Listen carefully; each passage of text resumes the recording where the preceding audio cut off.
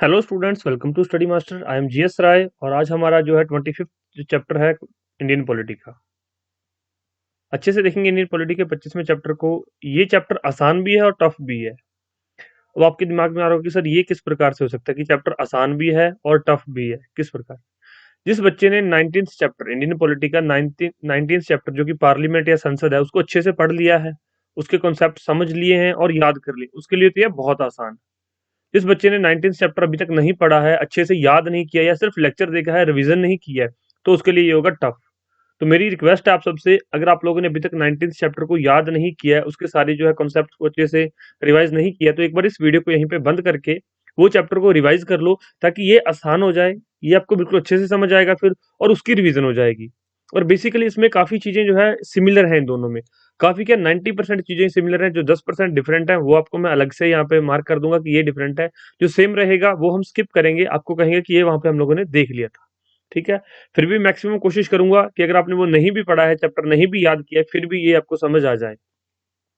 तो चैप्टर का नाम क्या है? स्टेट लेजिस्लेचर, राज्य विधानमंडल।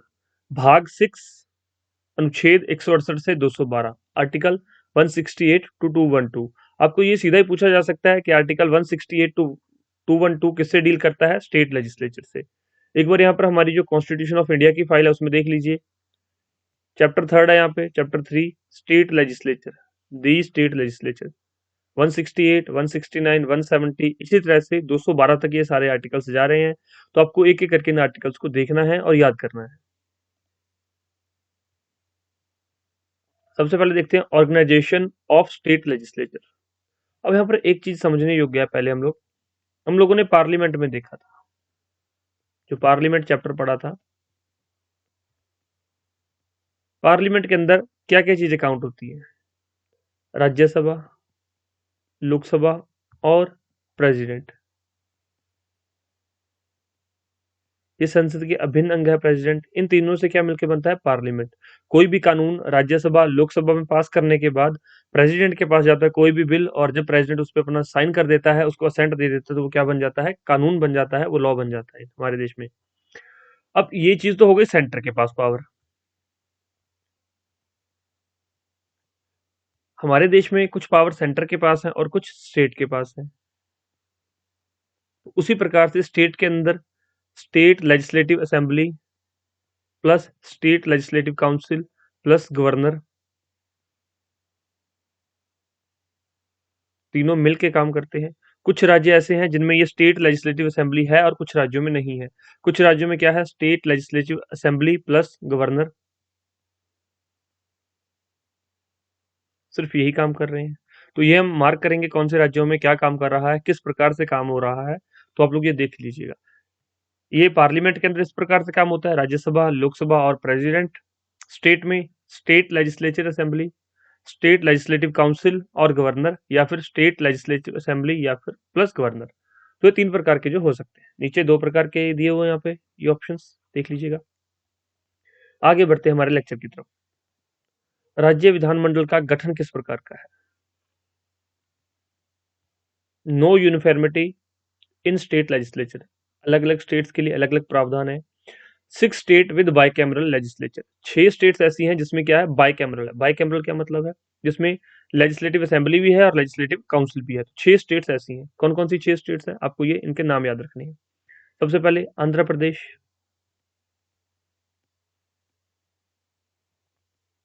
नंबर सेकंड आंध्र प्रदेश के साथ तेलंगाना, देन उत्तर प्रदेश। अलग से लिखवा इसलिए रहा हूं, वहां पे भी लिखा हुआ है, इसलिए लिखवा रहा हूं ताकि आपको याद रहे। उत्तर प्रदेश के साथ लगता बिहार, उसके बाद महाराष्ट्र और फिर कर्नाटका। ये 6 स्टेट्स हैं जिसमें बाइकैमरल है। बाइकैमरल मतलब दोनों सदन है, अपर सदन भी है और लोअर सदन भी वहां पे। स्टेट लेजिस्लेचर भी है और स्टेट लेजिस्लेटिव काउंसिल भी, तो ये दोनों इनके अंदर है। आंध्र प्रदेश, तेलंगाना, उत्तर प्रदेश, बिहार, महाराष्ट्र और कर्नाटका। और जो इसके अलावा बच गई बाकी स्टेट्स, उसके अंदर क्या है? उसके अंदर बाई कैमरल नहीं है, सिंगल कैमरल है। उसके अंदर जो है एक ही बॉडी है, स्टेट लेजिस्लेटिव असेंबली, SLA। उसके अंदर लेजिस्लेटिव काउंसिल नहीं है।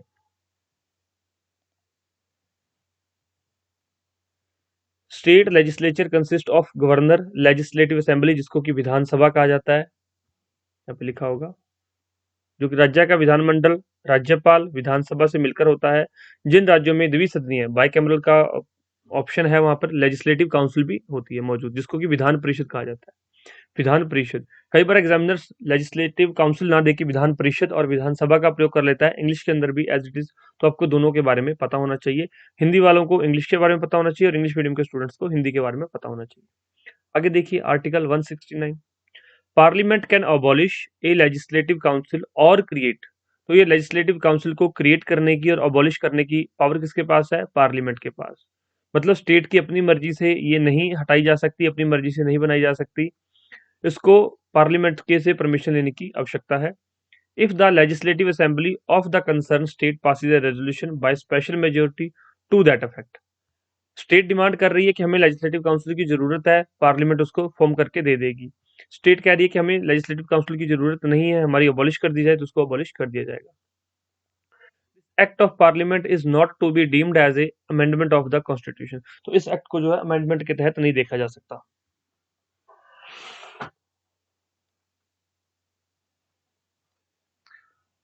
आगे बढ़ते हैं यहाँ पर, कंपोजिशन ऑफ असेंबली। अब असेंबली की कंपोजिशन क्या है? विधानसभा का गठन हम लोगों ने देखा था ना, लोकसभा राज्यसभा, उनका गठन किस प्रकार से है, कितने मेंबर्स हैं, कौन अपॉइंटमेंट करता है, तो ये सारी चीजें पहले हमने सेंटर में देखी थी, अब यहाँ पर स्टेट के अंदर देखेंगे अच्छे से। स्ट्रेंथ कितनी हो सकती है? Representatives directly elected on the basis of universal adult franchise, मतलब 18 साल से ऊपर का कोई भी यहाँ पर वोट देकर अपने वोट के अधिकार से डायरेक्ट जो है चुन सकता है यहाँ पर अपने रिप्रेजेंटेटिव्स को। मैक्सिमम स्ट्रेंथ है 500 और मिनिमम स्ट्रेंथ है 60। बहुत इंपॉर्टेंट क्वेश्चन है, वहां पे बहुत बार पूछा गया है, स्टूडेंट कंफ्यूज हो जाते हैं लोकसभा से, जिसके अंदर 550 है मैक्सिमम स्ट्रेंथ। तो यहाँ पर जो है स्टेट के अंदर एक लेजिस्लेटिव असेंबली के अंदर मैक्सिमम स्ट्रेंथ 500 हो सकती है और मिनिमम 60 हो सकती है, लेकिन कुछ एक्सेप्शन केसेस के साथ, जैसे कि अरुणाचल प्रदेश, सिक्किम और गोवा, इनके लिए मिनिमम स्ट्रेंथ कितनी है? 30 है, क्योंकि छोटी स्टेट्स हैं, तो इसलिए इनकी जो है छोटी स्टेट्स के अकॉर्डिंग इनको जो 30 की परमिशन मिली हुई है इनको। आगे हम देखेंगे कि स्पेशल जो कि इनको प्रोविजंस होता है कुछ स्टेट्स को, तो उनके क्या कारण है, क्यों जरूरत पड़ी, तो बस इतना याद रख लीजिए कि ओवरऑल बात करें तो मैक्सिमम स्ट्रेंथ 500 होगी और मिनिमम स्ट्रेंथ 60 होगी, अधिकतम 500 और निम्नतम 60 तय की गई है संख्या। लेकिन अरुणाचल प्रदेश, सिक्किम, गोवा के मामले में यह संख्या 30 तय की गई है। इसके अलावा Mizoram 40, Nagaland 46, some members of the Sikkim and Nagaland indirectly elected, तो इनको कुछ को इनडायरेक्टली इलेक्टेड किया जाता है। अब यहाँ पर ये आपके दिमाग में क्वेश्चन आ सकता है कि सर ये इनडायरेक्ट इलेक्ट क्यों करते हैं? जैसे कि सिक्किम के अंदर या नागालैंड के अंदर कुछ ऐसी ट्राइब्स हैं जो डायरेक्ट इलेक्शंस नहीं करती हैं, वो अपना एक जो है मेंबर चुन के भेज देते हैं कि हमारा यही मेंबर है, यही हमारा रिप्रेजेंटेटिव है, इसको आप जो है लोक लेजिस्लेटिव असेंबली के अंदर शामिल कर लो, हमें वोटिंग की जरूरत नहीं है, बस आप इसको जो है डायरेक्ट चुन सकते हो। जैसे कि आप कह सकते हो किसी कबीले का सरदार, कोई ऐसा कबीला हो सकता है जो वोटिंग नहीं करना चाहता, वो अपने सरदार को डायरेक्ट भेज देता है, तो वो कहीं ना कहीं इनडायरेक्ट इलेक्टेड हो गया, कि उनके हिसाब से तो वो डायरेक्ट इलेक्शन हो गया, लेकिन सरकार के हिसाब से इनडायरेक्ट इलेक्टेड है। या फिर गवर्नर बात करके उस कबीले से कि हमें आपका एक मेंबर चाहिए जो वहां पे बैठेगा, आपकी यहाँ की बातें वहां पहुंचाएगा और वहां की स्कीम्स पॉलिसीज के बारे में आपको अवगत कराएगा, तो वो यहाँ पर उस कबीले के साथ या उस ट्राइब के साथ मिलके जो है गवर्नर चूज कर सकता है, तो इसलिए उनको सिक्किम और नागालैंड के अंदर इनडायरेक्टली चुनने का भी प्रावधान है। आपको यहाँ पे क्वेश्चन क्या पूछा जा सकता है? पहला क्वेश्चन ये है कि मैक्सिमम स्ट्रेंथ कितनी है? 500, मिनिमम कितनी है? 60। दूसरा, अरुणाचल प्रदेश के अंदर कितनी सीटें हैं? मिनिमम 30, गोवा के अंदर 30, सिक्किम के अंदर 30, मिजोरम में 40 सीटें हैं और नागालैंड के अंदर 46 सीट्स हैं। तो ये सारी सीट्स आपको याद रखनी है कि मिजोरम के अंदर 40 है, नागालैंड के अंदर 46 है। ये प्रावधान आपको कहीं ना कहीं मैच द फॉलोइंग में ऐसा क्वेश्चन बना के कंफ्यूज करने की कोशिश करेगा एग्जामिनर, लेकिन आप लोगों ने कंफ्यूज नहीं होना है। In all states assemblies, not all members are directly elected exception Sikkim and Nagaland, तो वहां पर कुछ जो डायरेक्टली इलेक्टेड होते हैं लेकिन इन दोनों में नहीं होते हैं। सिंपल सी चीज है, वही चीज रिपीट हो गई है। आगे देखिए, इसके अंदर कुछ नॉमिनेटेड मेंबर्स का भी प्रावधान है, लेकिन अब उसको हटा दिया गया। Earlier one Anglo Indian could be nominated by the governor to the assembly, article 334। 104th constitutional amendment 2019 abolish the reservation of Anglo Indians. आपको वहां पर भी मैंने बताया कि 104वें संविधान संशोधन के द्वारा लोकसभा के अंदर जो 2 एंग्लो इंडियंस का प्रावधान था उसको खत्म कर दिया गया। उसी प्रकार से हर एक राज्य में 1 एंग्लो इंडियन का प्रावधान था, उसको यहाँ पर हटा दिया गया है। अब यहाँ पर राज्य के अंदर कोई भी नामित सदस्य नहीं होता है जो कि एंग्लो इंडियन हो। आगे देखिए, रीएडजस्टमेंट आफ्टर ईच सेंसस। जैसे ही कोई सेंसस कंप्लीट हो जाती है उसके बाद जो है रीएडजस्टमेंट की जाती है, क्योंकि पॉपुलेशन जिस प्रकार से बढ़ जाती है तो नंबर ऑफ सीट्स जो है वहां पर उनको रीएडजस्ट किया जाता है।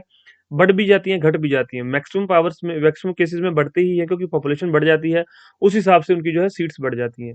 पॉपुलेशन के अकॉर्डिंग यहाँ पर जो है डिसाइड किया जाता है कि कितनी सीट्स होंगी किसी के पास।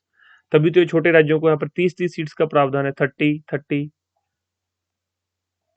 आगे बढ़ते हैं, reservation of seats for SC and STs. जिस प्रकार से रिजर्वेशन की जो है हमारे लोकसभा में रिजर्वेशन के बारे में भी प्रावधान दिया गया है कि रिजर्व की गई है एससी एसटीज के लिए सीट, उसी प्रकार से स्टेट के अंदर भी, स्टेट असेंबली के अंदर भी रिजर्वेशन की गई है एससी और एसटीज के लिए। ये सारी चीजें वही लिखी हुई हैं। Reservation of seats for SC and STs in assembly of each state based on their population ratio, कि कितनी पॉपुलेशन रेशो है उस अकॉर्डिंग उनको उतनी ही सीट्स वहां पर रिजर्व करके दे दी जाती है। हरियाणा के अंदर भी रिजर्व सीट्स हैं, पंजाब के अंदर भी रिजर्व सीट्स हैं, और जिन भी राज्यों में शेड्यूल्ड कास्ट बैठी है, शेड्यूल्ड ट्राइब है, उन सब के लिए यहाँ पर रिजर्वेशन का प्रावधान दिया गया है। आगे देखिए, इंपॉर्टेंट पॉइंट है, originally this reservation for 10 years, उसके बाद but extended by 10 year thereafter continuously, हर बार 10 साल के लिए बढ़ा दिया जाता है। अब लेटेस्ट क्या हुआ, 104वीं संविधान संशोधन के अंदर 2030 तक फिर एससी एसटी की जो सीट्स रिजर्वेशन को बढ़ा दिया गया है। तो अब कितने तक बढ़ा हुआ, 2030 तक, तो ये आप याद रखेंगे। आगे बढ़ते हैं, ड्यूरेशन। तो जो स्टेट लेजिस्लेटिव असेंबली है उसकी ड्यूरेशन 5 साल की होती है, लेकिन उससे पहले भी उसको जो है डिसॉल्व किया जा सकता है। नॉर्मल टेन्योर 5 साल का है, can be extended by parliament during national emergency. कोई नेशनल इमरजेंसी आ गई है तो आपको पता है इलेक्शंस नहीं हो सकते नेशनल इमरजेंसी के दौरान, तो उसकी जो पार्लियामेंट के द्वारा स्टेट लेजिस्लेटिव असेंबली को जो है उसका टेन्योर बढ़ाया जा सकता है, उसकी टर्म को बढ़ाया जा सकता है। Governor can dissolve at any time, governor जब चाहे इसको डिसॉल्व कर सकता है, या फिर अगर ये विश्वास का मत खो दें, नो कॉन्फिडेंस मोशन ला दिया जाए, तो भी इनका जो है ये उनका टेन्योर खत्म किया जा सकता है, इनको डिसॉल्व किया जा सकता है।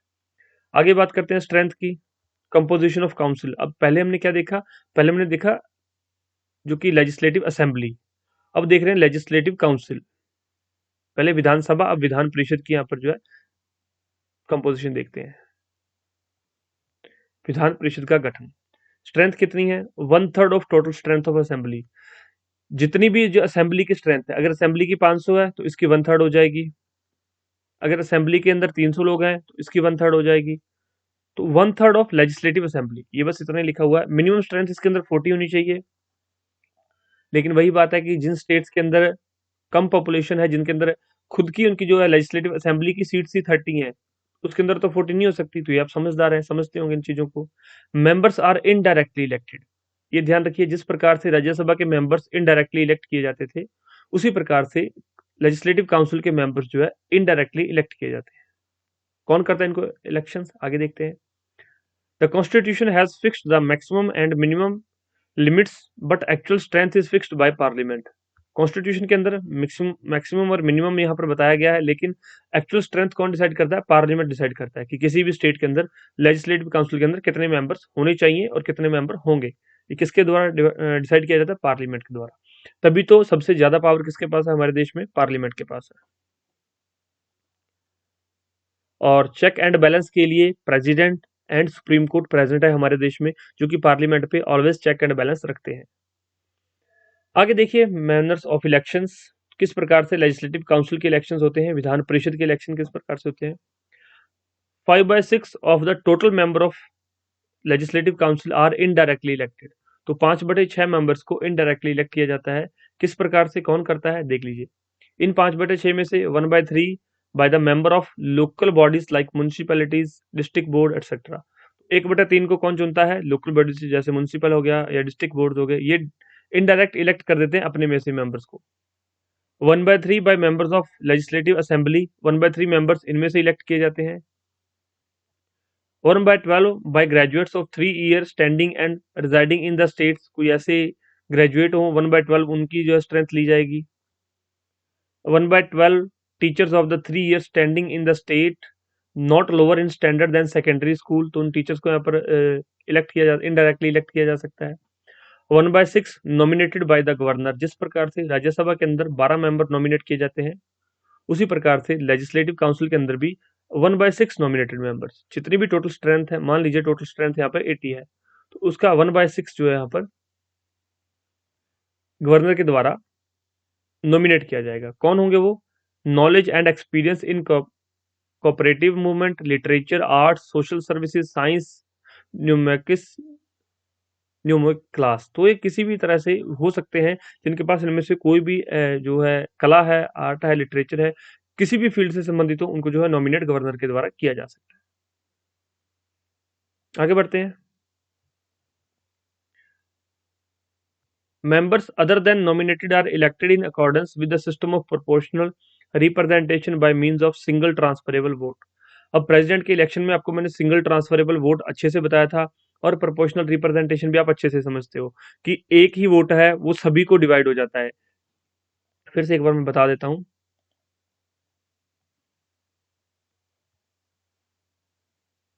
एक वोट होगा, ये एक वोट है। यहाँ पे 4 कैंडिडेट खड़े हैं, ए कैंडिडेट है, बी कैंडिडेट है, सी कैंडिडेट है और डी कैंडिडेट है। तो यहाँ पर पहले वोट अगर फर्स्ट प्रेफरेंस कोई बी को देना चाहता है तो बी को यहाँ पर सबसे ज्यादा प्रेफरेंस मिल गई, प्रोपोर्शन। दूसरी प्रेफरेंस डी को देना चाहता है, तीसरी सी को देना चाहता है और चौथी ए को देना चाहता है। तो इस तरह से ये क्या हो गया, ये proportional representation single transferable vote है ये। अगर बी बन गया तो ठीक है, अदरवाइज ये क्लैश हो जाएगा, फिर डी की बारी आ जाएगी। तो मैंने आपको प्रेसिडेंट के चैप्टर में अच्छे से समझाया है, तो आपको आई होप याद होगा। नहीं याद है तो एक बार वो चैप्टर फिर से देख लीजिएगा। चीजें बार बार आपको रिवाइज करनी है, मुझे बार बार करवाने से कोई फर्क नहीं पड़ेगा। वही बात है, एक बार बता दिया तो भी वही चीज है, दो बार बताऊंगा तो भी वही चीज है, लेकिन आप उसी में याद करो ताकि वहां पे आपका कंसेप्ट और क्लियर हो जाए कि ठीक है प्रेसिडेंट का इलेक्शन इस प्रकार से होता है। उसके बाद आगे की चीजें और आसान हो जाएंगी। आगे बात करते हैं इसके ड्यूरेशन की, कि ड्यूरेशन कितना होता है। तो कंटिन्यूइंग चैम्बर है, ये कभी भी खत्म नहीं होता, ये परमानेंट बॉडी है राज्यसभा की तरह, लेजिस्लेटिव काउंसिल भी। तो अब यहाँ पर एक चीज यहाँ पे समझिए कि जो लोकसभा है उसकी शक्तियां कहीं ना कहीं लेजिस्लेटिव असेंबली की तरह होती हैं, या इसकी शक्तियां इस प्रकार होती हैं, और जो राज्यसभा होता है उसकी शक्तियां लेजिस्लेटिव काउंसिल की तरह। तो ये दोनों सिमिलर हैं कहीं ना कहीं, ये सेंटर में काम कर रहे हैं, ये स्टेट में काम कर रहे हैं। जो इनका काम है वो इनका काम है, जो इनका काम है वो इनका काम है। जो पावर्स लोकसभा एंजॉय करता है वही प्रिविलेजेस पावर्स लेजिस्लेटिव असेंबली जो है एंजॉय करती है स्टेट के अंदर। जो पावर्स राज्यसभा के पास है सेंटर में, वही पावर्स लेजिस्लेटिव काउंसिल में जो है स्टेट के अंदर है। तो ये चीजें बिल्कुल सिंपल हैं। तभी मैंने आपको कहा कि अगर वो चैप्टर आपको अच्छे से पता है तो आपको सारी चीजें बहुत अच्छे से याद होती जाएंगी। 1/3 of retire on the expiration of every second year, तो 1/3 जो है रिटायर हो जाते हैं हर 2 साल बाद। Retiring members are eligible for re election and re nomination by the governor, तो रिटायरिंग मेंबर्स को जो है री इलेक्ट किया जा सकता है। उसके बाद बात करते हैं members of the state legislature, इनकी बात फिर से आ गई, स्टेट लेजिस्लेचर के मेंबरशिप की बात। विधानसभा, ध्यान रखिएगा विधानसभा की बात हो रही है अभी फिर से। राज्य विधानमंडल कहाँ है यहाँ पे?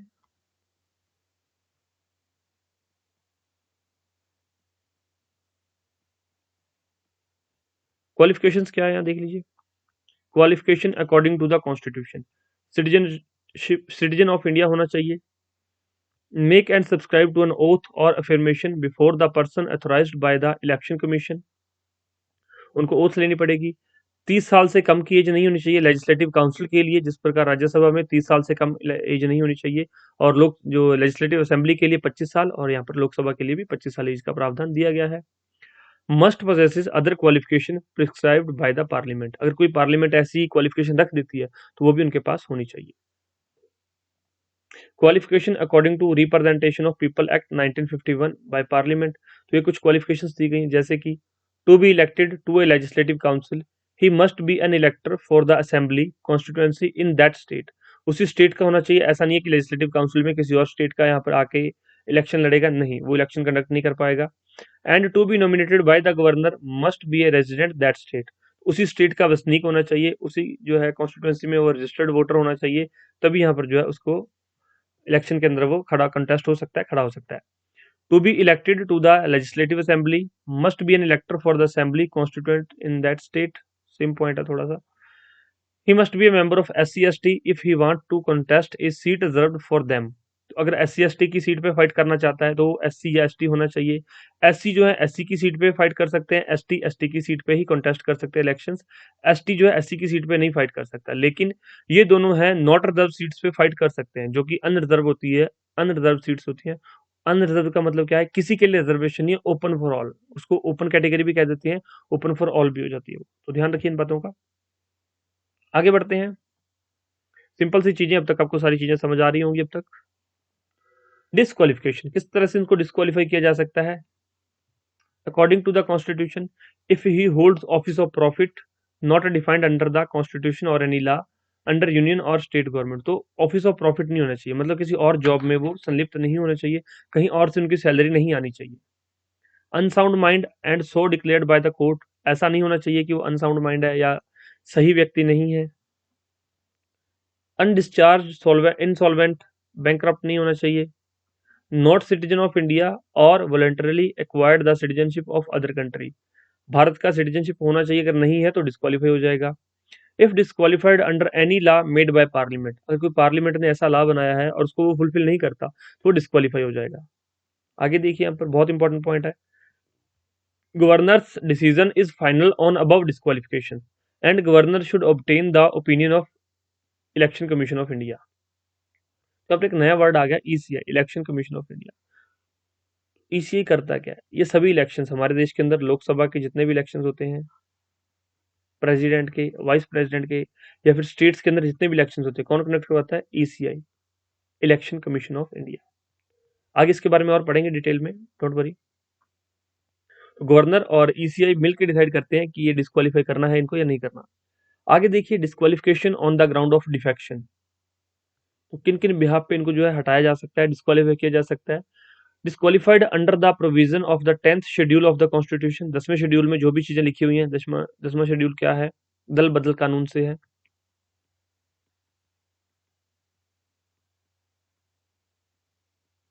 आपको जब शेड्यूल्स करवाए थे तब आपको मैंने करवाया था, नहीं याद है तो इसके लिए एक अलग से पूरा चैप्टर होगा आगे, डोंट वरी, आपको सारी चीजें उसमें समझ आ जाएंगी। Disqualification under 10 schedule is decided by chairman in case of legislative council and speaker in case of legislative assembly. तो लेजिस्लेटिव असेंबली के अंदर कौन डिसाइड करेगा, स्पीकर। जिस प्रकार से लोकसभा के अंदर कौन डिसाइड करता है, स्पीकर। और लेजिस्लेटिव काउंसिल या फिर राज्यसभा के अंदर कौन डिसाइड करता है, चेयरमैन या चेयरपर्सन। तो ये सिंपल चीजें रिपीट हो रही हैं।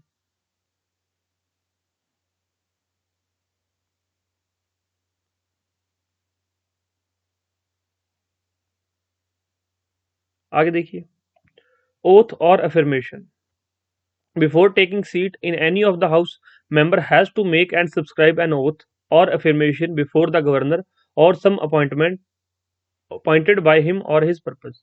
तो ओथ किसके द्वारा, गवर्नर के द्वारा दिलवाई जाएगी, और या फिर गवर्नर के द्वारा कोई ऐसा व्यक्ति जो है अपॉइंट किया गया हो जो ओथ दिलवाएगा। आगे, विदाउट टेकिंग ओथ वो जो है अंदर पार्टिसिपेट नहीं कर सकते, और वोटिंग के अंदर उनको वोटिंग का कोई राइट नहीं है, और वो असेंबली में पार्टिसिपेट भी नहीं कर सकते, प्रोसीडिंग्स के अंदर काम नहीं कर सकते।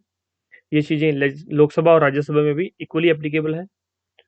वैकेशन ऑफ सीट्स, किस प्रकार से इनकी सीट वैकेंट की जा सकती है। डबल मेंबरशिप, अगर एक व्यक्ति दो जगह चुना जाए तो उसकी एक सीट वैकेंट की जाएगी। Disqualification as per the constitution of और रिप्रेजेंटेशन ऑफ पीपल एक्ट 1951 और 10th शेड्यूल, 10वें शेड्यूल की तरह। रेजिग्नेशन गवर्नर को दिया जा सकता है। Resign letter to chairman of council of speaker of assembly as per the case, तो जो रेजिग्नेशन है उसको दिया जाएगा चेयरमैन को, और फिर उसके बाद कौन एक्सेप्ट करेगा, governor. Absence, if he is absent for 60 days, जैसा कि लोकसभा में है या राज्यसभा में 60 डेज विदाउट परमिशन अगर वो एब्सेंट रहते हैं तो उनकी जो है सीट्स को वैकेंट कर दिया जाएगा। अदर केसेस कौन से हो सकते हैं, अगर वो election declared void by the court, कोई ऐसे ही है कि इलेक्शंस को ही रद्द कर दिया गया, इलेक्शन ही सही नहीं मान्य है, या फिर किसी हाउस से उनको निकाल दिया जाए। इलेक्टेड एज ए प्रेसिडेंट और वाइस प्रेसिडेंट, किसी लेजिस्लेटिव असेंबली का मेंबर या लेजिस्लेटिव काउंसिल का मेंबर अगर प्रेसिडेंट बन जाए या फिर वाइस प्रेसिडेंट की तरह पोस्ट पे चुना जाए, या किसी स्टेट का गवर्नर अपॉइंट हो जाए, तो उनकी सीट वैकेंट हो जाएगी। तो ये सीट वैकेंट के निम्नलिखित कारण है। तो सिंपल सी चीजें, ये तो आपको समझने की चीजें, यहाँ पे ज्यादा क्वेश्चन नहीं फॉर्म होता, लेकिन ये 60 डेज वाला ये जरूर याद रखिए कि सेंटर के अंदर भी यही है और स्टेट के अंदर भी यही प्रावधान है। आगे बढ़ते हैं, presiding officer of state legislature, तो जो स्टेट लेजिस्लेचर की जो सारी कार्यवाही है वो कौन देखता है? तो विधानमंडल के अंदर पीठासीन अधिकारी कौन होता है? अगर बात की जाए विधानसभा की, तो कौन होता है? स्पीकर, उसको अध्यक्ष कहा जाता है। और एक होता है डिप्टी स्पीकर, उपाध्यक्ष, और सभापति का पैनल। पैनल आपको बताया था कि 10 मेंबर्स होते हैं, 10 मेंबर्स की गिनती होती है। अगर इनमें से कोई भी वहां पे चार्ज नहीं संभाल रहा, तो इनके बिहाफ पे ये चार्ज संभाल सकते हैं। कि अध्यक्ष अभी प्रेसिडेंट नहीं है, तो उपाध्यक्ष प्रेसिडेंट है, लेकिन इनको जो है एज ए एक्टिंग अध्यक्ष काम कर पाएंगे। पैनल ऑफ चेयरमैन जो है संभाल सकता है उनकी कार्यवाही, वो प्रिजाइडिंग ऑफिसर के रूप में काम कर सकता है। लेजिस्लेटिव काउंसिल के अंदर चेयरमैन, डिप्टी चेयरमैन या फिर पैनल ऑफ वाइस चेयरमैन। तो वाइस चेयरमैन ने जो भी पैनल यहाँ पे क्रिएट किया है वो यहाँ पर प्रिजाइडिंग ऑफिसर के रूप में काम कर सकते हैं। आगे देखिए, speaker and deputy speaker of assembly. और यहाँ पर इतना ध्यान दीजिए कि स्पीकर शब्द हमने पहले भी सुना हुआ है, स्पीकर एंड डिप्टी स्पीकर पहले भी सुना हुआ है। कहाँ पर? लोकसभा के अंदर। जो काम ये लोकसभा में करते हैं वो सारा काम ये राज्यसभा के अंदर as it is line to line same है, और कुछ भी नहीं है, लाइन टू लाइन सेम चीजें दी गई हैं। तो आपको अगर वो याद है तो ये भी आपको याद होगा, नहीं तो आप एक बार पढ़ लीजिएगा इनको। आगे बढ़ते हैं, इनकी पावर्स किस प्रकार से होती हैं, देख लीजिए। सेम पावर्स हैं and duties of speaker, maintain order और डेकोरम ऑफ असेंबली। सारा काम जो उन्होंने उनको बताया गया है वो सारा उन्होंने करना है। तो ये सारी चीजें जो लोकसभा का स्पीकर करता है, वही सारा काम जो है लेजिस्लेटिव असेंबली का स्पीकर करता है, वही उसकी ड्यूटीज है। और डिप्टी स्पीकर क्या करता है? Perform duties of speaker when it is vacant और speaker is absent from the sitting. तो डिप्टी स्पीकर कब काम करता है? जब स्पीकर सदन में नहीं है या फिर एब्सेंट है। आगे देखते हैं, panel of chairman. Members are nominated by the speaker. Member of panel preside over sitting if both speaker and deputy speaker are absent from the sitting. He has the same power of the speaker while presiding. मैंने आपको ये कहा कि panel वो होता है, उसके अंदर 10 मेंबर्स होते हैं। अगर स्पीकर या डिप्टी स्पीकर नहीं है हाउस के अंदर, तो वो संभाल सकते हैं हाउस को। लेकिन member of panel can not preside over sitting if both seats of speaker and deputy speaker are vacant. मतलब सीट्स खाली हो चुकी हैं, डिप्टी स्पीकर भी छोड़ गया, स्पीकर भी छोड़ गया, फिर वो जो है पैनल काम नहीं कर सकता। फिर जो है नया स्पीकर इलेक्ट करना पड़ेगा और नया डिप्टी स्पीकर इलेक्ट करना पड़ेगा, और उनका अलग से फिर पैनल होगा, वो पैनल काम करेगा। ये पैनल सिर्फ तब काम करता है जब ये एब्सेंट होते हैं, स्पीकर और डिप्टी स्पीकर। अगर स्पीकर एब्सेंट है तो डिप्टी स्पीकर संभाल लेता है, और अगर डिप्टी स्पीकर एब्सेंट है तो फिर तो स्पीकर है तो जरूरत नहीं है इसकी। लेकिन अगर दोनों ही एब्सेंट है, किसी कारणवश किसी मीटिंग के अंदर गए हुए हैं या कहीं कोई जरूरी है इनको जाना पड़ गया, तो पैनल के अंदर जो भी मेंबर्स है, 10 मेंबर्स का पैनल होता है, उसके अंदर अगर एक भी प्रेजेंट है तो वो वहां पर क्या है? प्रिजाइडिंग ऑफिसर के रूप में कार्य करेगा। आगे बढ़ते हैं।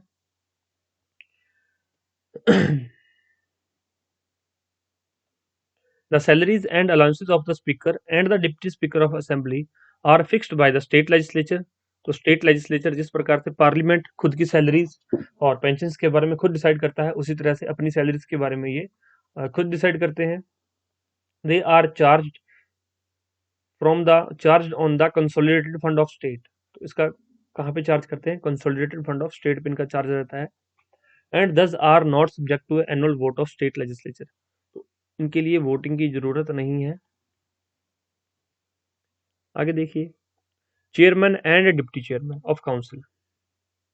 जो काम वाइस प्रेसिडेंट और डिप्टी चेयरमैन करते हैं, वाइस प्रेसिडेंट जो चेयरमैन होता है राज्यसभा का, वही सारे काम इनके हैं, चेयरमैन और डिप्टी चेयरमैन ऑफ काउंसिल्स के। सारी चीजें सेम लिखी हुई, आप एक बार इसको पढ़ लीजिएगा। Deputy chairman perform duties of chairman when it is vacant और chairman is absent from the sitting. Panel of vice chairman same चीजें हैं, उसी प्रकार से काम करेंगे जिस प्रकार से स्पीकर का जो है पैनल काम करता है। आगे बढ़ते हैं यहाँ पर, सेशन ऑफ स्टेट लेजिस्लेचर, राज्य विधानमंडल का सत्र। सेशन यहाँ पर भी 3 होते हैं, monsoon budget session, monsoon session और विंटर सेशन। और सभी सेशंस के बीच में 6 महीने से ज्यादा का समय नहीं होना चाहिए। तो समनिंग कौन करता है? गवर्नर इनको समन करता है। लोकसभा में कौन समन करता है? लोकसभा या राज्यसभा में समन कौन करता है? प्रेसिडेंट। और यहाँ पर समन कौन करेगा? गवर्नर। एडजर्नमेंट मतलब स्थगन करना, कुछ टाइम के लिए स्थगित कर देना, तो ये कार्रवाई कौन करता है? Presiding officer. अगर बात करें लोकसभा की तो स्थगन कौन कर सकता है? स्पीकर कर सकता है। और अगर बात करें राज्यसभा की तो स्थगन कौन कर सकता है? सॉरी, हाँ, लोकसभा और राज्यसभा में लोकसभा में करता है स्पीकर, राज्यसभा में कौन करता है? Vice president. इसी प्रकार से लेजिस्लेटिव असेंबली के अंदर स्पीकर करेगा स्थगन, और लेजिस्लेटिव काउंसिल में कौन करेगा? चेयरमैन करेगा। एडजर्नमेंट कर सकता है। उसके बाद प्रोरोगेशन, ये कौन कर सकता है? प्रोरोगेशन ये सिर्फ और सिर्फ गवर्नर के द्वारा किया जा सकता है। और डिसोल्यूशन ये भी गवर्नर के द्वारा ही किया जा सकता है। अब यहाँ पर देखिए, डिसॉल्व हो गई कोई भी लेजिस्लेटिव असेंबली, डिसॉल्व कर दी गई, तो कौन कौन से बिल खत्म हो जाएंगे और कौन कौन से बिल खत्म नहीं होंगे, ये देखिए। ये बिल्कुल सेम चीज है, ये आप जो है लोकसभा में पढ़ के आए हैं, राज्यसभा में राज्यसभा है जो वो कभी डिसॉल्व नहीं होता। बाकी ये 3 पॉइंट हैं जो कि राज्यसभा और लोकसभा के लिए एक से ऐसे हैं, लेकिन डिसोल्यूशन जो है, राज्यसभा कभी डिसॉल्व नहीं हो सकता, और इसी तरह से लेजिस्लेटिव काउंसिल भी कभी भी डिसॉल्व नहीं हो सकती। तो ये ध्यान रखिए, इन चीजों पर ध्यान दीजिए। कौन कौन से बिल लैप्स होंगे और कौन से बिल लैप्स नहीं होंगे, वो देख लीजिए यहाँ पर।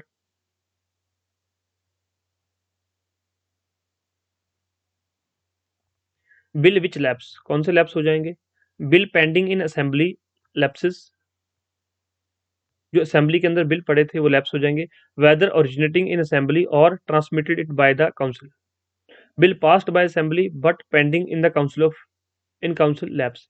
अगर असेंबली ने पास कर दिए और काउंसिल के पास पड़े हैं, वो भी लैप्स हो जाएंगे। तो ये दोनों प्रकार के बिल यहाँ पर लैप्स हो जाएंगे। और कौन से लैप्स नहीं होंगे? बिल पेंडिंग इन काउंसिल, अब काउंसिल में पड़े हैं बिल, असेंबली से पास हो चुके हैं, but not passed by assembly does not lapse.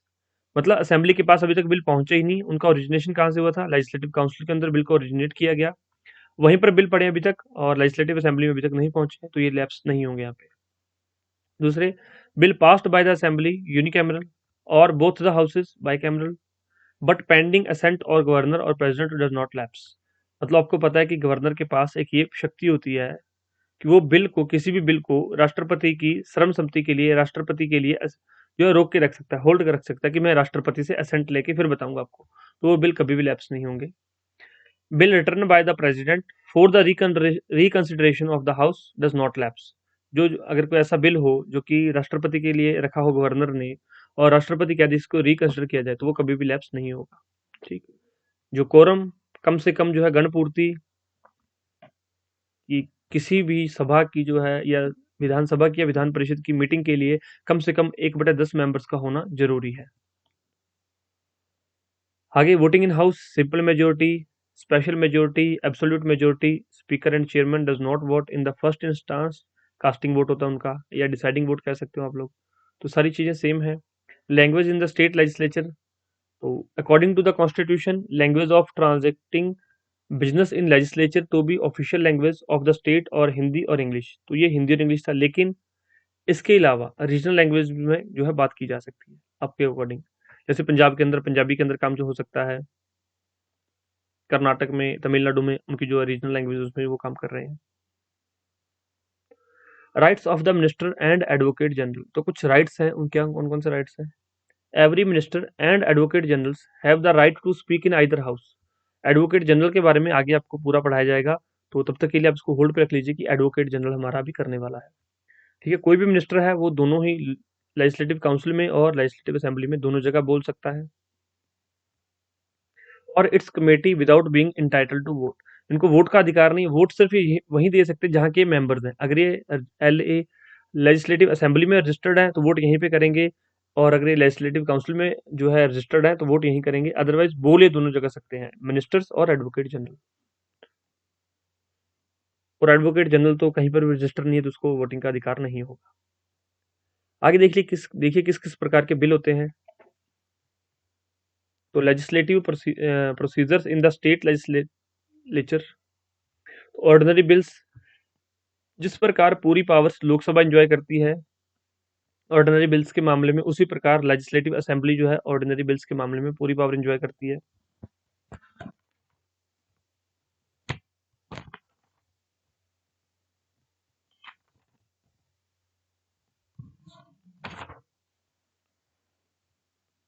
Bill in originating house, bill किसी भी हाउस में ओरिजिनेट हो सकता है, लोकसभा में, सॉरी, लेजिस्लेटिव काउंसिल के अंदर भी और लेजिस्लेटिव असेंबली के अंदर भी, क्योंकि ऑर्डिनरी बिल है।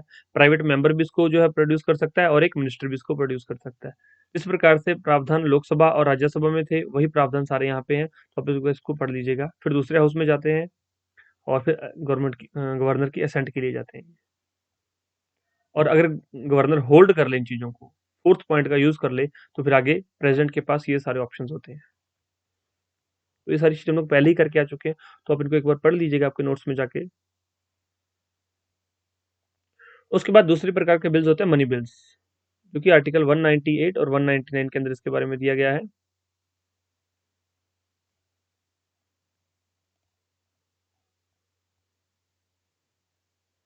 Special procedures in respect of money bills, और डेफिनेशन किसमें दी गई है मनी बिल्स की? 199 में। तो ये दोनों आर्टिकल आपको इतने अच्छे से याद हो जाने चाहिए जिस प्रकार से आपने लोकसभा के अंदर 110 आर्टिकल याद रखा हुआ है।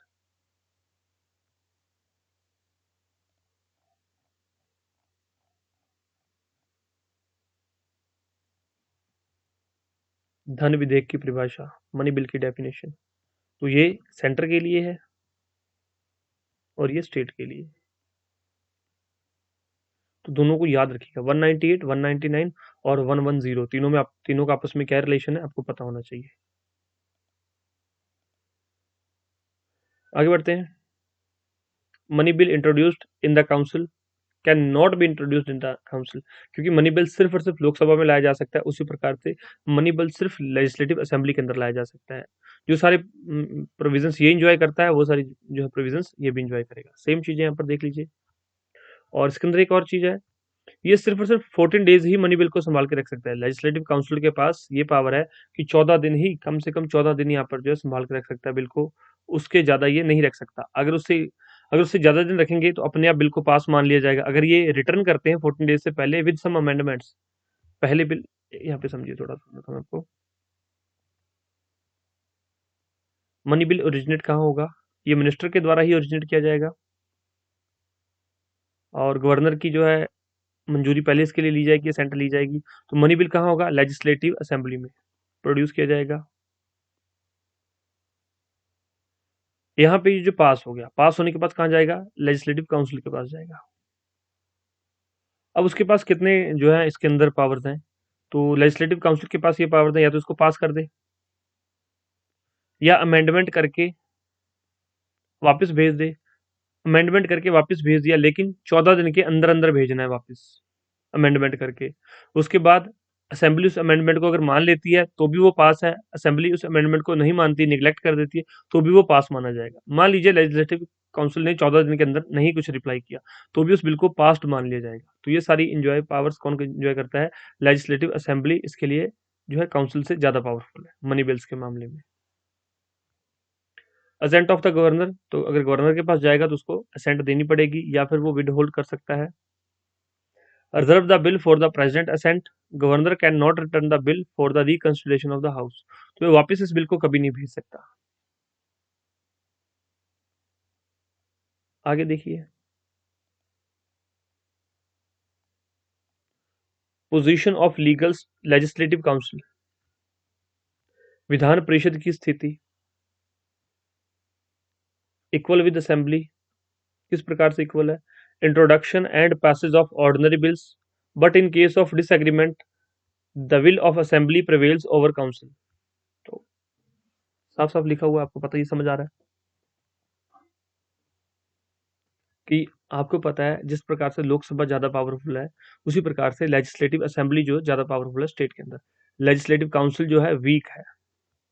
Approval of approval of ordinance issued by the governor, article 213, तो अप्रूव कर सकते हैं यहाँ पर, ऑर्डिनेंस इशू कर सकता है।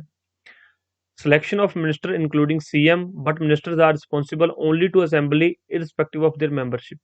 मिनिस्टर कहीं से भी हो, वो लेजिस्लेटिव असेंबली के लिए ही रिस्पॉन्सिबल रहेंगे, चाहे वो लेजिस्लेटिव काउंसिल से ही क्यों ना हो।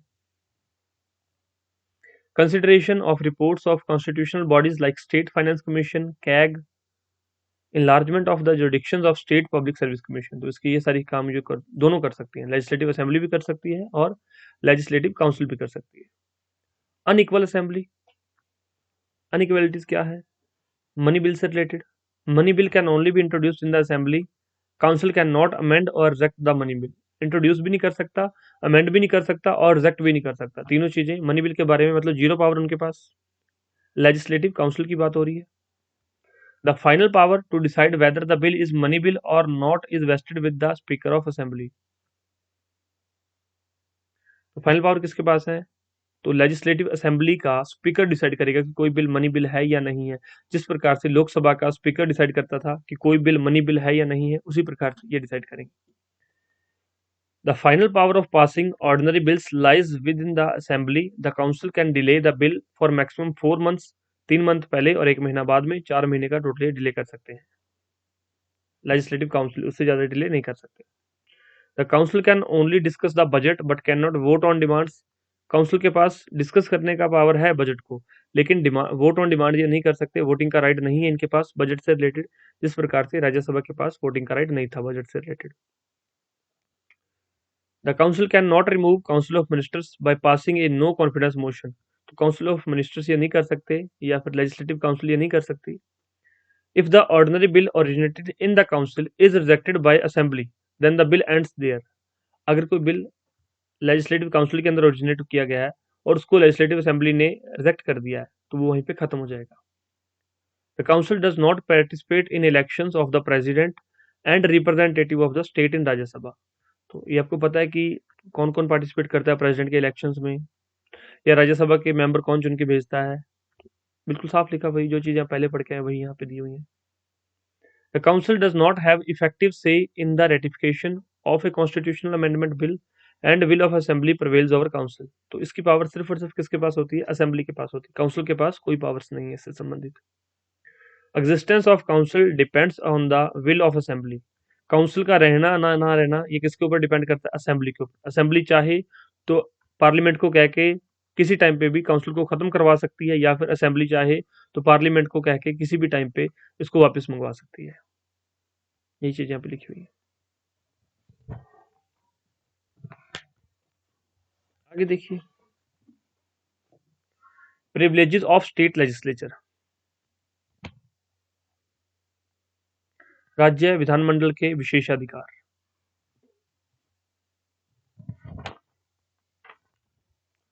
प्रिविलेजेस क्या होते हैं? Special rights, immunities, exemptions enjoy by the houses, their committees and members. तो ये प्रिविलेजेस जिस प्रकार से लोकसभा एंड राज्यसभा के अंदर प्रेजेंट थे, उसी प्रकार से ये जो है यहाँ पर भी प्रेजेंट है। जैसे कि collective privileges, right to publish report, debate and proceeding, and also the right to prohibit other form from publishing the same। तो यहाँ पर जो है कलेक्टिव प्रिविलेजेस क्या है कि जो है उसकी कार्रवाई, सदन की कार्रवाई नहीं छपने देना चाहते, तो ये कह सकते हैं कि इसको पब्लिश नहीं करना, ये उनके पास राइट है। ये उनका कलेक्टिव प्रिविलेजेस है कि जो सदन के अंदर कार्रवाई हो रही है उसको पब्लिश नहीं करने देना चाहते, तो वो नहीं करने देंगे। डिबेट में बहस करने से रोक सकते हैं, मना कर सकते हैं। It can exclude stranger from its proceeding. कोई स्ट्रेंजर है उसको बाहर निकाल सकते हैं ये। Can make rules to regulate its own procedure. ये अपना प्रोसीजर खुद बना सकते हैं। It can punish members as well as outsider for breach of the its privileges. तो ये किसी को पनिशमेंट कर दे सकते हैं। ये कलेक्टिव प्रिविलेजेस मतलब सभी के लिए समान अधिकार है। यहाँ पर कलेक्टिव, सामूहिक, पूरे समूह के जो लेजिस्लेटिव असेंबली के मेंबर्स हैं या फिर जो लेजिस्लेटिव काउंसिल के मेंबर्स हैं, ये उनके सामूहिक अधिकार है। इसके अलावा ये इंडिविजुअल प्रिविलेजेस है, मतलब अकेले अकेले के व्यक्तिगत अधिकार हैं। ये व्यक्तिगत अधिकार, विशेष अधिकार।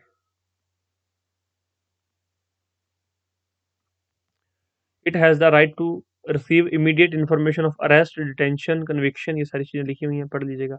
It can constitute it can institute inquiries and order to attendance of witnesses and send for relevant papers and records. तो ये सारी चीजें मंगवा सकते हैं। The courts are prohibited to inquire into the proceeding of the house of its committee. Court के पास permission नहीं है कि जो इनकी कमेटीज ने जो भी काम किया है या जो भी प्रोसीडिंग्स की हैं या जो भी इंक्वायरीज की हैं, कोर्ट उसके अंदर इंटरफेरेंस नहीं कर सकता, ना ही कोई रोक लगा सकता। उसके बाद 8th, no person either a member और outsider can be arrest and no legal process civil criminal can be served within the present of the house without the permission of the presiding officer. तो अंदर से किसी को arrest नहीं कर सकते without the permission of presiding officer. ये collective privileges है, सामूहिक विशेषाधिकार है। आगे इंडिविजुअल प्रिविलेजेस देख लीजिए। Members can not be arrest during the session. 40 days पहले और 40 डेज बाद में जो है अरेस्ट नहीं किया जा सकता। Members have the freedom of speech in state legislature. No member is liable to any proceeding in any court for anything said or any vote given by him in the state legislature or its committee. तो जो state legislature के अंदर या state legislature council के अंदर, assembly के अंदर या काउंसिल के अंदर किसी भी जगह पे अगर किसी ने कोई वोट दिया है, कोई भाषणबाजी की है, कोई स्पीच किया है, तो उसके लिए कहीं पर भी उसके ऊपर कोई कार्रवाई नहीं की जा सकती। ये उनका इंडिविजुअल प्रिविलेज है। Members are exempted from jury services. They can refuse to give evidence, appear as witness in case pending in any court when the state legislature is in session. तो जब सेशन में चल रहा है, session है वहां पे चल रहा है स्टेट लेजिस्लेचर का, तो उस टाइम पे कोई भी मेंबर जो है जूरी से, कानून की सेवाओं से मुक्त होता है, न्यायिक सेवाओं से मुक्त होता है, उसके ऊपर कोई भी ये प्रोसीडिंग्स लागू नहीं होंगी। तो ये सारी चीजें यहाँ पे दी गई हैं। हाँ, अगर कोई क्रिमिनल केस है तो फिर उसको अरेस्ट किया जा सकता है। ये चीज भी यहाँ पे लिखी हुई है, वो हमने राज्यसभा में पढ़ लिया था कि अगर कोई क्रिमिनल केस है तो उसको अरेस्ट किया जा सकता है अगर ऐसी एक्सेप्शन कंडीशंस में, अदरवाइज इन सारी चीजों से उनको विशेषाधिकार प्रोवाइड किए गए हैं। सिंपल सा चैप्टर था। अगर आप लोगों ने पार्लियामेंट अच्छे से पढ़ा तो ये अच्छे से समझ आ गया। सेम चीजें हैं, बस इतना ध्यान रखना, जो पावर लोकसभा के पास है वही सारी पावर्स लेजिस्लेटिव असेंबली के पास है। इसको बोलते हैं लोकसभा, निम्न सदन, लोअर हाउस। यह है लेजिस्लेटिव असेंबली,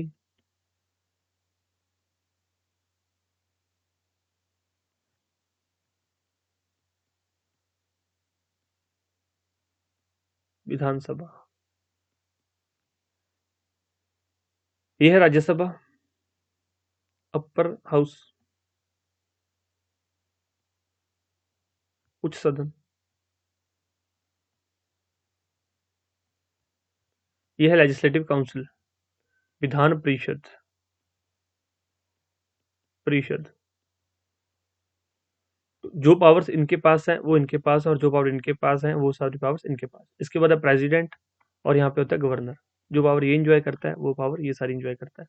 कुछ एक पावर्स इसके पास एक पावर एक्स्ट्रा है, कौन सी, कि ये जो यहाँ पर प्रेसिडेंट की असेंट के लिए बिल को संभाल कर रख सकता है, लेकिन प्रेसिडेंट ऐसा नहीं कर सकता। प्रेसिडेंट सिर्फ अपनी वीटो का यूज कर सकता है, वो सारी वीटोस गवर्नर के पास भी हैं।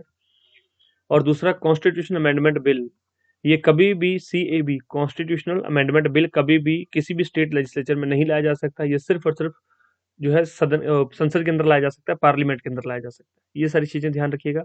और बाकी सारी चीजें सेम है, आप लोग अच्छे से एक बार रिवीजन कर लीजिए, दोनों को पढ़ लीजिएगा। आपके पास नोट्स हैं तो उनमें से अच्छे से जाके रिवाइज कर लीजिए। कोई बच्चा साथ साथ में नोट्स बना रहा है तो अपने नोट्स भी बना सकता है वो।